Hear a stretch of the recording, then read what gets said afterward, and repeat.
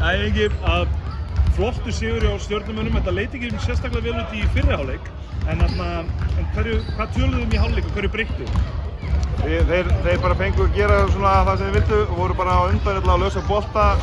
Voru bara miklu meira fysikal en við í fyrri hálfleik. Þá svo við varum í close leik og bara hvernig við slúttum fyrri hálfleikna var skammalegt. Og bara með 15 stig undir í hálfleik á móti svona góðu liði. Það er ekkert annað heldur en að koma með eitthvað lausnir og menn bara komu dýreldir til leiks í seinni hálfleik. Gerðum vel, náðum sjálfstrausti strax í byrjun með að skora snemma og vörnin okkar var góð.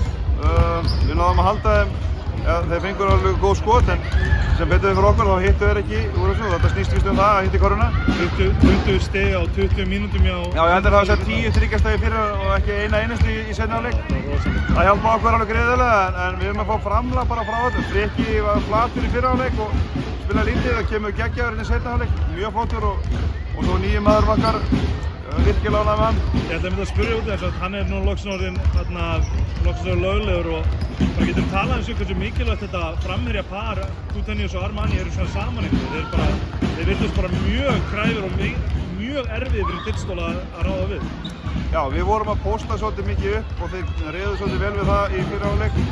Við breyttum það á svona breytingar okkar í seinni hálfleik og við vorum bara að fá betur árásir á þá en þeir saman þeir gerðu gríðarlega vel og þeir framlega og svo bara við fengum.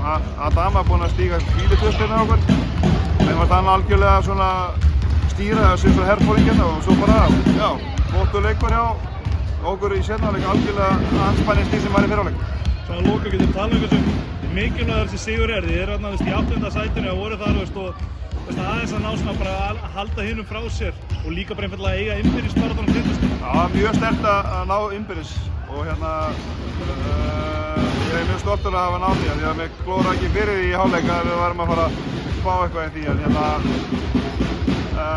það er bara hver leikur er úrslitaleikur svona fyrir okkur. Við erum bara núna að koma okkur lengra frá bossvæðinu og koma okkur inn í það að við erum úrslitakeppni og við þurfum að finna okkur gott stæði þar, þannig að þessi sigur er bara kærkominn.